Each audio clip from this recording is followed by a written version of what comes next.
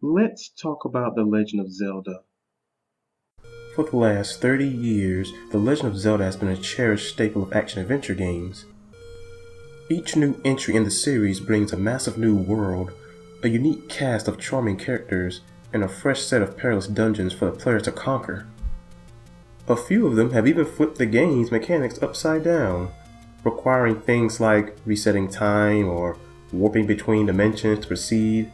Yet, despite all these innovations, the narrative of Zelda games is nearly the same as it was in 1987. Though the set of challenges and environments the player must overcome changes with every game, nearly all feature the same core trio: Ganon, Zelda, and Link. All three of their incarnations are given more powers, interpretations, and modifications of their worlds with each new installment.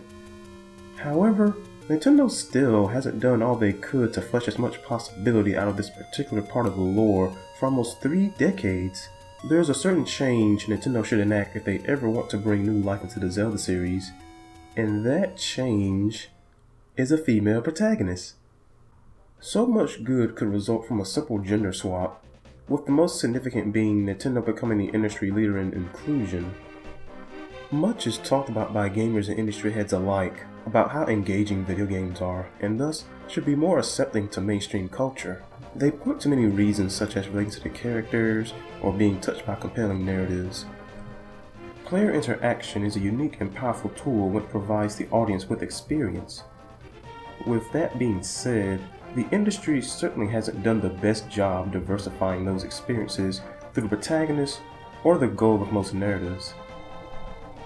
Most games, including Zelda, are based on male empowerment fantasies or male coming-of-age stories. If we truly want gaming to reach a level of engagement that rivals books or movies, we must make inclusion an important value. This change certainly doesn't pose too big of a risk to Nintendo as compared to other developers. Of the big three, Nintendo arguably has the largest female audience ready to excite. Pokemon and Zelda appeals to women on a far greater level compared to franchises on other consoles, and it wouldn't surprise too many fans if Nintendo went this route.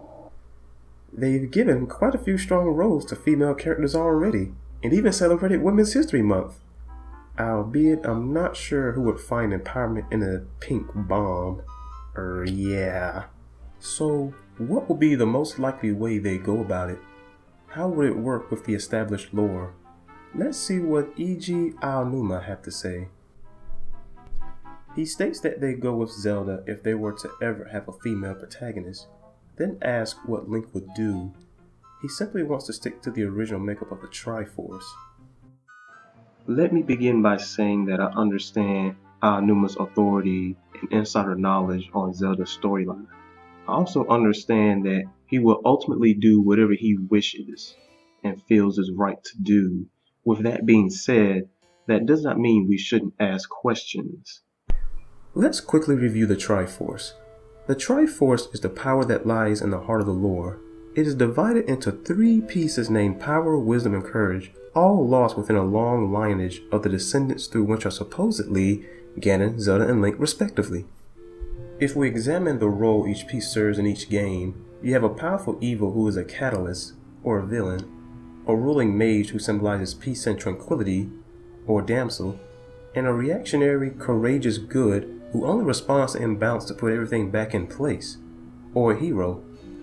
The Triforce is essentially a complex way of retelling the typical damsel in distress storyline. The Zelda mythology is one of the most compelling and intriguing stories in all of gaming, and Nintendo has made plenty of strides to include unique and interesting female characters. However, it must be noted that Nintendo's unwillingness to break the mold is an age-old tale of the industry's strange grasp on damsel in distress storylines since its beginnings. So, why is it absolutely required that Link must have a combating role? There are plenty of supportive non-playable characters in the series who have interesting narratives. Skull Kid, for example, involves a story which doesn't even feature the Triforce. Heck, in Link Between Worlds, Ravio is essentially the Link that is not played by you. He has his own sense of style too. So, it's not like Link being a supporting character is so beyond the lore that it's simply impossible. Can you imagine the potential in finally developing Link as his own narrative? I suppose this brings in the next alarming question of what this would do to Link as a character after already being established as the most iconic image from the franchise. Traditionally, he's been a vessel of emptiness for the player to fill in themselves. Nintendo has the choice of either making whatever incarnation of non-playable Link fleshed out, or the same old silent swordsman who assists Zelda.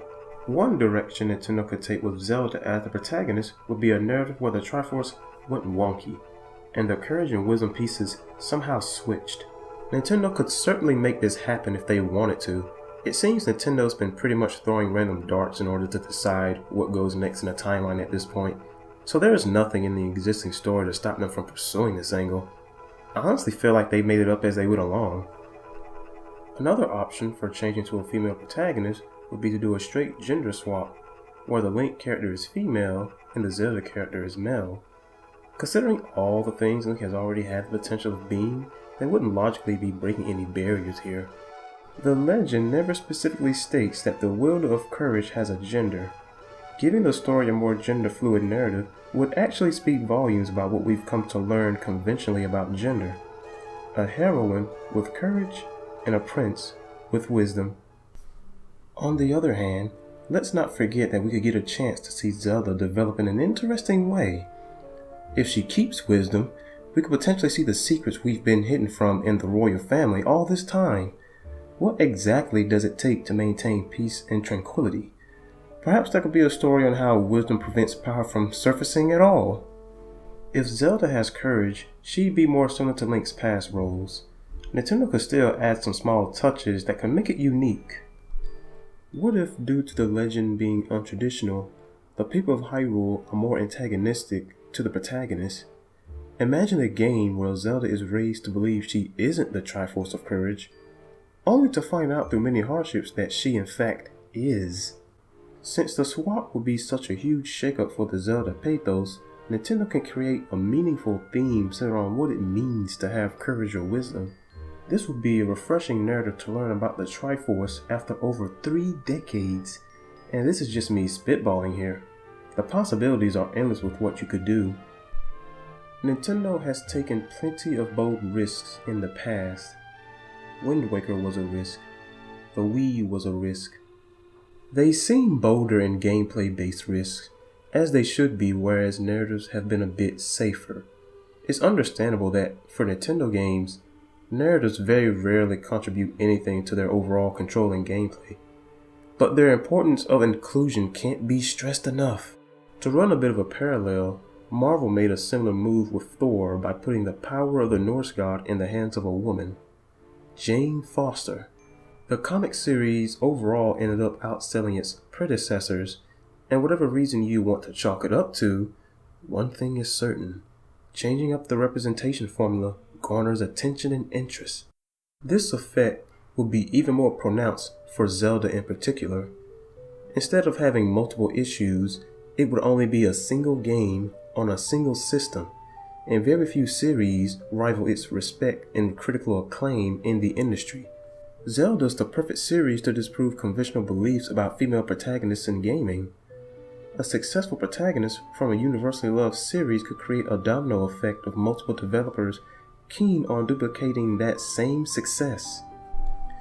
Before you know it, gender representation in gaming and narratives from women's point of views become much more accepted, valid, and normalized. Nintendo clearly has a strong drive to make at least a good narrative, and perhaps with the introduction of voice acting in the latest installment, a female protagonist will seem more compelling in the future. They have a chance to explore the lore that will be fresh to everyone, garner unprecedented levels of market attention, and be a major pioneer in breaking one of gaming's most conventional norms. It's a grand opportunity, Nintendo. Don't let it slip out of your hands. Thanks for watching.